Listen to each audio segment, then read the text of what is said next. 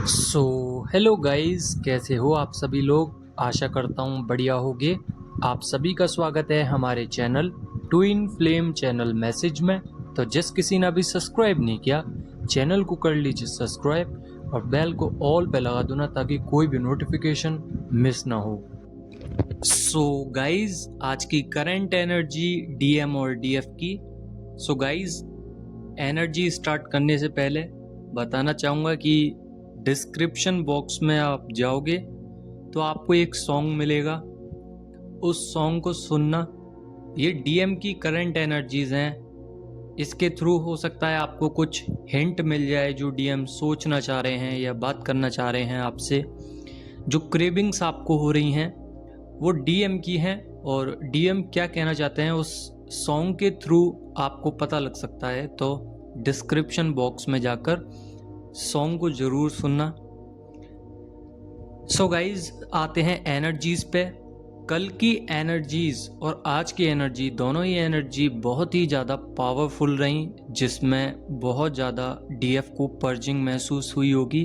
यानी कि उनके सोल में बहुत ज़्यादा वाइब्रेशंस, आईज ब्लिंक हो रही होंगी, बॉडी बहुत ज़्यादा वाइब्रेशंस हो रहे होंगे बॉडी में, सेंसेशंस। ये डीएम की प्रॉपर हीलिंग नहीं है। यानी कि डीएम अब आपको चेस कर रहे हैं, और डीएम पर चल रहा है dark night of the soul. Stages पे चल रहे हैं अभी, जो कि अभी पार नहीं हुई है। उसमें बहुत सारी कठिनाइयां हैं जिसको वो झेल पा रहे हैं। आगे बढ़ना चाहते हैं, उदास हैं, बैठे हुए हैं, क्या करना चाहिए।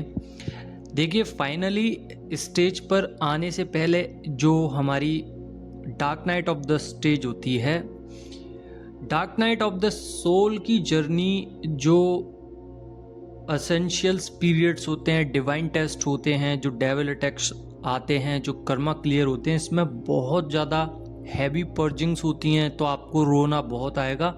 साथ ही डीएम का दिमाग खराब हो रहा है कि ये अचानक से हुआ क्या उनके साथ। अचानक से ही एनर्जी में इतना बदलाव और इतनी ज़्यादा सिंक्रोनोसिटी उनके साथ हो रही है। 999 नंबर, 111 नंबर खोजबीन कर रहे हैं बहुत ज़्यादा। यानी कि गाइडेंस मिल रही है उनको। उनको बताया जा रहा है कि आप एक आम सोल नहीं है, बट वो पूरी तरीके से जानते नहीं हैं। तो अभी वो फंसे हुए हैं और उनके चल रहे हैं डिवाइन टेस्ट। डिवाइन टेस्ट में अब वो पास हो रहे हैं या फेल, ये तो डीएम ही जानते हैं। बट यहाँ पे डीएम को मिल रही है क्लियरिटी। कुछ कुछ चीज़ों में ऐसी ऐसी क्लियरिटी मिल रही है, जिस भी इशू में क्रिएटिव मिल रही है क्लियरिटी, वहां पे आप स्ट्रक नहीं हो सकते। अगर आप स्ट्रक हो रहे हो तो आपके सामने बहुत सारी चीजें सरफेस हो रही होंगी। बहुत सारी चीजें सरफेस हो सकती हैं, जैसे इनर फियर, कोई इशू शेडो वर्क पे साइड नहीं हुआ, मतलब काम नहीं हुआ है, वर्क नहीं हुआ। Frustrations, emotions, anger, cravings, purging, chasing, anxiety, frustration, ego, ये सभी एनर्जीज बता रही हैं कि ये डीएम के अंदर की ब्लॉकेजेस हैं, जो कि बाहर निकलना चाह रही हैं और आपके सामने सरफेस हो रही हैं। अब जब डीएम के सामने ये एनर्जीज सामने आ रही है ना, तो डीएम बहुत ज्यादा घबराए हुए हैं, क्योंकि अपनी एनर्जीज को फेस नहीं कर पा रहे हैं। साथ ही सरेंडर करना सीखिए। रीयूनियन टाइम आ चुका है, सरेंडर करिए, जितना हो सकता है सरेंडर कीजिए। आपको सुलाया जा रहा है। डीएफ को बहुत ही ज्यादा नींद आ रही है, रेस्ट पोजीशन पर डाला जा रहा है डीएफ को। उनकी क्लिनजिंग हो रही है सोते समय। उनको डार्केस्ट ड्रीम्स आ रहे हैं। अब ड्रीम्स याद नहीं होंगे मगर, बट कुछ कुछ ड्रीम्स याद भी हैं, तो उनका अर्थ नहीं मालूम पड़ रहा होगा। उनका अर्थ खोजिए, डिकोड कीजिए उस ड्रीम को। और साथ ही डीएम के डे और नाइट दोनों ही में कॉन्शियसनेस में भी आप ही चल रहे हो। ड्रीम्स में तो आप चल रहे हो, उनकी सोल, उनकी बॉडी आपको चेस कर रही है, उनका माइंड आपको चेस कर रहा है। यानी कि डायरेक्शंस आपकी तरफ हैं। अपने सारी कॉन्शियसनेस को डाइवर्ट करते हुए आपकी तरफ आ रहे हैं। जहाँ पे डेविल अटैक्स डीएम को परेशान कर रहे हैं उनकी जर्नी से हटाने के लिए, तो आप चैंटिंग करिए डिवाइन की। मिरर एनर्जीज हो सकती हैं जिसमें आपके हर्ट चक्रा में इतना ज़्यादा पेन होगा कि आप एनर्जी ड्रेन कर बैठोगे, आप डिप्रेस्ड हो जाओगे, आप स्ट्रेस में आ जाओगे, आप ओवर थिंकिंग करोगे, आपको हेडेक होने लगेगा, आपको नींद आने लगेगी, आपको ऐसा लगेगा जैसे मैं अंदर से बहुत ज़्यादा भर चुका हूँ या भर चुकी हूँ। आप थक गए हो मांग मांग के किसी एक चीज़ को, तो अब आपने मांगना ही छोड़ दिया है और टाइम टाइम पे आप फ्रस्ट्रेट हो रहे हो, आपका माइंड स्विंग्स हो रहे हैं, थ्रोट चक्र वीक होने की वजह से आप बात नहीं कर पा रहे हो। ट्रिगर्स इतने ज़्यादा मिल रहे हैं बिकॉज ये एनर्जी मिरर हो रही है, उनको ट्रिगर्स मिल रहे हैं तो आपको ही मिल रहे हैं। अब आप किस तरीके से उस चीज़ को संभालते हैं ताकि डीएम तक वो वाइब्रेशंस पहुंचे, वो आप ही जानते हो। यानी कि ट्रिगर्स आए, आप शांत बैठे हुए हो, आप कुछ कहना नहीं चाहते हो, तो ये डीपर स्पिरिचुअलिटी को अलाइनमेंट में लाएगा और एक डेप्थ में जाके बैलेंसिंग आएगी, डीएम के अंदर हार्मनी आएगी। तो मैनिफेस्टेशन कीजिए, अपनी फ्रस्ट्रेशंस को, अपने ट्रिगर्स को अंदर रखिए। मेडिटेट करने की कोई ज़रूरत नहीं है। अगर आपका मन कह रहा है कि मुझे मेडिटेट नहीं करना है, उस मोमेंट में आप बिल्कुल भी मेडिटेट मत कीजिए, बिल्कुल भी चक्रा बैलेंसिंग मत कीजिए। बट अगर आपको थोड़ा भी लग रहा है कि मैं अनबैलेंस हो रही हूँ या हो रहा हूँ, तो उस समय पे करिए। ग्राउंडेड रहिए, वाटर इनटेक पूरा कीजिए। और हैवी एनर्जी है, बहुत ज़्यादा एनर्जी ड्रेन होगी। हर्ट चक्रा, सैक्रल चक्रा और रूट चक्रा में बदलाव हुए हैं, ये क्लीन हो रहे हैं। अब जब क्लीन होगा तभी तो डीएम को पता चलेगी कि मेरे अंदर की हीलिंग अभी बाकी है। अब ये क्लीन हो रहा है, उसमें हीलिंग पता चल रही है, तभी तो इतने इमोशंस बाहर आ रहे हैं, तभी तो डीएम की सबकॉन्शियस माइंड में से चीज़ें सामने आ रही हैं। क्योंकि उनको पहले से ही पता है, उनके सोल को, उनके माइंड को पहले से ही पता है कि आप लोग उनके पुनर्जन्म के साथी हो। बहुत ही सदियों से आप चले आ रहे हो, बट धीरे धीरे ही उनको पता चल रहा है। अब मान के चलिए ये कैसे चीज़ें डीएम को धीरे धीरे दिखाई जाती हैं, धीरे धीरे क्यों बताई जाती हैं, इसका एग्जाम्पल मैं देता हूँ। मान के चलिए कि आप न्यू कॉलेज में गए हो और न्यू कॉलेज में आते ही मैंने कह दिया कि 1 वीक में आपके पेपर हैं, और मैंने आपके सामने 10 बुक रख दी और कह दिया कि 10 के 10 पेपर में 1 दिन में ही लूँगा, तो आप गारंटेड फेल हो गए उस चीज़ में, बिकॉज आपकी स्टडी नहीं है, आपने अभ्यास नहीं किया है उस चीज़ का। सेम वैसे ही फिर आपको कॉलेज में जाना है, फिर आपको पता चलेगी कि नेक्स्ट सेमेस्टर में इस तारीख को पेपर हैं, इतने दिन हैं, हम इतना कैप्चर कर लेंगे, इतने मार्क्स ले आएंगे।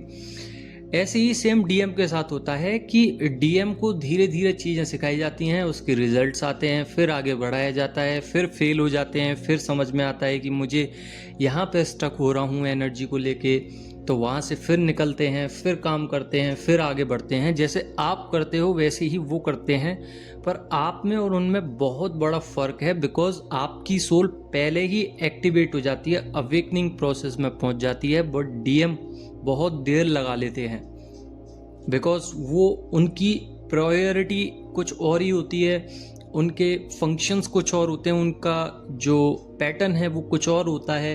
वो अवेकनिंग प्रोसेस में धीरे आते हैं, वो इल्यूजन में रहते हैं, उनकी माइंड की स्ट्रेटजी अलग होती है, वो हमेशा ही सक्सेस को, मनी को प्रोवाइड करवाने की कोशिश करते हैं, उसी पे काम करते हैं, और उनके घर वाले भी वही पैटर्न्स डालते हैं, ब्लड लाइन वही होती है। क्यों डीएनए क्लीन होता है? इसलिए तो होता है। क्यों पैटर्न्स ब्रेक होते हैं? क्यों टावर मूवमेंट आते हैं डीएम की लाइफ में? इसीलिए होते हैं कि उनको समझ में आ सके कि स्पिरिचुअल जर्नी से बड़ी कोई भी जर्नी नहीं होती है, और सबसे बड़ा डिवाइन भगवान से बड़ा कुछ भी नहीं है। उनको सिखाया जाता है इसलिए प्रोसेस में टाइम लगता है। अब बहुत सारी डीएफ बोलती हैं कि मैं फ्रस्ट्रेट हो चुकी हूँ मांग मांग के। आप क्यों मांग रहे हो? किसने बोला आप मांगो? फिर डीएफ कहती हैं कि अरे हमारे अंदर की एक अर्ज होती है, हम क्या करें? तो उसको शांत करने के लिए मेडिटेट बनाए गई हैं, इनर वर्क बनाए गए हैं। मैं ये कह रहा हूँ नेचुरल तरीके से आप बिल्कुल भी डीएम को अपने माइंड से नहीं निकाल सकते, बट इतना समर्थ हो जाओगे कि आप अगर अपना वर्क करते रहोगे, चैंटिंग करते रहोगे, तो आपको कभी भी डिवाइन मैस्कुलाइन की जरूरत नहीं पड़ेगी। आपका सबसे पहले 5D में रीयूनियन होता है। ये इसमें भी कंडीशंस हैं। बहुत सारी डीएफ का फिजिकली हो जाता है रीयूनियन, बट किसी किसी का 5D में नहीं होता है। तो ये आपके पुराने कर्मा से रिलेटेड जर्नी होती है। तो किस हिसाब से आपको मिल रहा है उस हिसाब से आप लीजिए। तो मिररिंग बहुत ज़्यादा चल रही है और ये पीरियड भी है, एनर्जेटिक पीरियड है, बट एनर्जी ड्रेन होगी बिकॉज यहाँ पे डबल अटैक्स हैं। एक्शंस एंड मूवमेंट्स दोनों ही डीएम के पास हैं, बट चेंजेस नहीं आ रहे हैं। ट्रांसफॉर्मेशंस हो रहे हैं, बट कहीं ना कहीं अपॉर्चुनिटी को छोड़ते हुए नजर आ रहे हैं। उनके इमोशनल होने की वजह से ही उनका इल्यूजन और उनका लॉजिकल माइंडसेट खत्म हुआ है। अब यहाँ पे सिचुएशंस बदल चुकी हैं। डीएम का हार्ट चक्र बदला है, डीएम का माइंडसेट बदला है।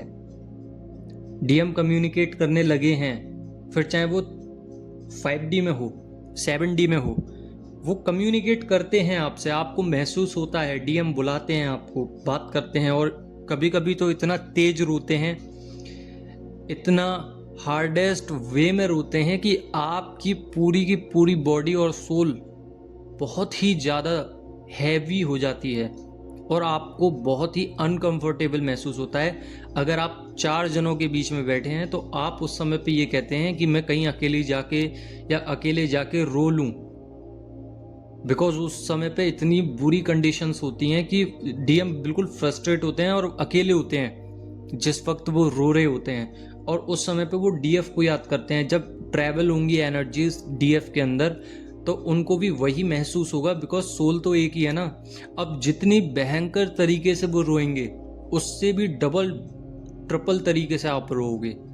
हाँ, डीएफ कंट्रोल करती हैं बिकॉज अवेकनिंग पहले हो चुकी है और वर्क करके बैठी हुई हैं। उनका वर्क ही उनको रोकता है, उनकी सैड एनर्जीज को ब्रेक करता है, उनके लोनलीनेस और अलोन एनर्जीज को ब्रेक करता है, किसी के पास जाने से रोकता है, बिकॉज डीएफ जब तक सेल्फ लव में आ जाती हैं। और इसमें काफ़ी टाइम भी लगता है। कर्मा क्लीन भी कर लिया होता है और ट्रस्ट कर लेती हैं गॉड पे, सरेंडर कर देती हैं, कार्मिकों से दूर रहती हैं, फाइट से दूर रहती हैं, अपने इनर वर्क और अपनी पैशंस को ऊपर ले जाने की कोशिश करती हैं। तो जब तक डीएफ को बहुत सारे चेंजेस आ जाते हैं, बट डीएम के अंदर जैसे ही आते हैं डीएफ थोड़ा थोड़ा अनबैलेंस होना चालू कर देती हैं, और इसी हिडन फेस में डीएफ एक्शन ओरिएंटेड हो जाती हैं, जबकि डीएफ को नहीं होना चाहिए। यानी कि डीएफ डीएम के पास जाने लगती हैं। तो फोकस कीजिए अपने हार्ड वर्क पे, रिजल्ट्स आपको देखने नहीं है। स्मॉल स्मॉल मैनिफेस्टेशंस भी पूरी हुई हैं। बॉडी जितनी भी इमर्ज हो रही है, सोल जितनी भी इमर्ज हो रही है, वो क्लिनजिंग हो रही है आपकी। बाद में रीयूनियन के लिए प्रोटेक्ट होगी वो चीज़ें। अपना ऑरा प्रोटेक्ट कीजिए, अपना चक्रास में एनर्जी फील कीजिए, फिर मिरेकल्स देखिए। आपको चक्कर आ सकते हैं, आपको वॉमिटिंग हो सकती है, आपका पेट खराब हो सकता है, और कार्मिक की री एंट्री भी हो सकती है। तो थोड़ा सावधान रहिए, बच के चलिए, डरिए मत किसी से, उसको फेस कीजिए। और अगर ज़्यादा ही टेंशन्स क्रिएट हो रही हैं तो मुंह पे बोलना सीखिए, ताकि आप बैड कर्मास नहीं कर रहे, बट अपनी तरफ से अपनी फाइट तो लड़ सकते हैं ना।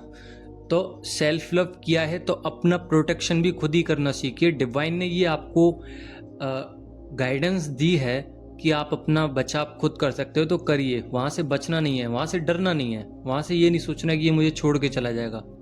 कोई भी परमानेंट नहीं होता, सब टेम्पररी होते हैं। तो आपको ये बात समझनी चाहिए। आप स्पिरिचुअल वर्क कर रहे हैं, आप डिवाइन फेमिनाइन हैं, आप अपने वर्क पे ध्यान दीजिए। बाकी का जो भी कुछ बोल रहा है बोलने दीजिए। अगर बात आप पे आ रही है तब आप एक्शंस लीजिए। यही थी आज की एनर्जीज। आशा करता हूँ आपको समझ में आ गई होगी। अगर समझ में आ गई है तो लाइक ज़रूर कर देना, बाकी का सब्सक्राइब भी कर लो ना सब लोग। धन्यवाद। और हाँ, सॉन्ग ज़रूर सुन लेना, डिस्क्रिप्शन बॉक्स में है।